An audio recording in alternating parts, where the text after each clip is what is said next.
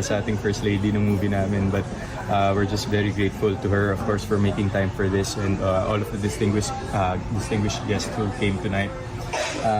Parang ito yung cherry on top of all our executions for the film and promos for the film, so we're very grateful that we've been getting the support as well from the First Lady. Anong sinabi niya sa Kat. inyo nung lumapit kayo? Sobrang nagustuhan niya. Parang it's kinda like a happy cry, fulfilled cry, because parang na-realize ni First Lady yung home niya is yung husband niya, and at the same time parang gusto na inanap mo bigla si President. But yun talaga parang somehow one way or another the film resonates to a lot of people in different ways. So I think that's what happened today, and yung reaction ng mga taong nakapanood ngayong gabi. Go ahead, Kat. Yes, we're just really honored, and they all made time for this. So what the way to end this. Sakto 1 month then since we aired. since we opened in cinemas. That was a month ago, sakto.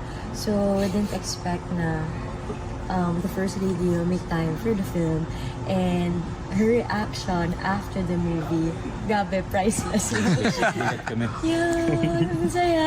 And sabi niya, ito sa good guy naman, so na-enjoy na yung journey ni Ethan and Joy. And then she also mentioned na napanood niya rin yung first part. So, di ko din in-expect yan. First time din namin siya na-meet ngayon. Yes, and makasama. of course, yung iba pa na pumunta, I didn't expect it kanina. So, I'm just really Overwhelmed. surprised sa lahat ng mga Overwhelmed. nangyari. Right. And I think they're also showing support for the Filipino movies. Correct. Yes, we're very grateful din naman talaga na parang mas nabibigyan tayo ng support ngayon ng ating government when it comes to the entertainment industry, and we're just very grateful na may katuwang tayo sa pagpapatibay ng foundations ng ating industry. So we're just very glad and happy that this happened today.